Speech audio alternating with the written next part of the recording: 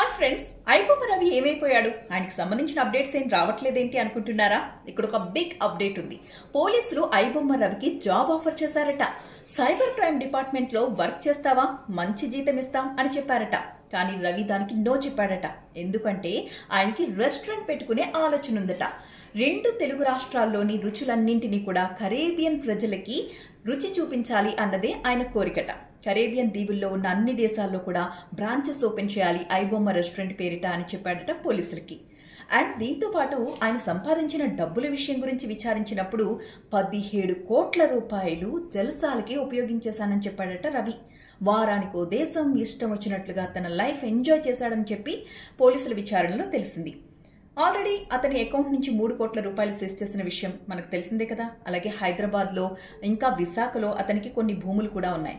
వాటన్నింటినీ కూడా లాక్ చేసేశారు పోలీసులు. ఇక పైరసీ విషయానికి వస్తే తాను చాలా పశ్చాత్తాపడుతున్నానని, బయటకు వెళ్లిన తర్వాత మళ్ళీ ఆ పైరసీ బాట పట్టనని, కొత్తగా లైఫ్ స్టార్ట్ చేస్తానని చెప్పాడట ఐబొమ్మ రవి.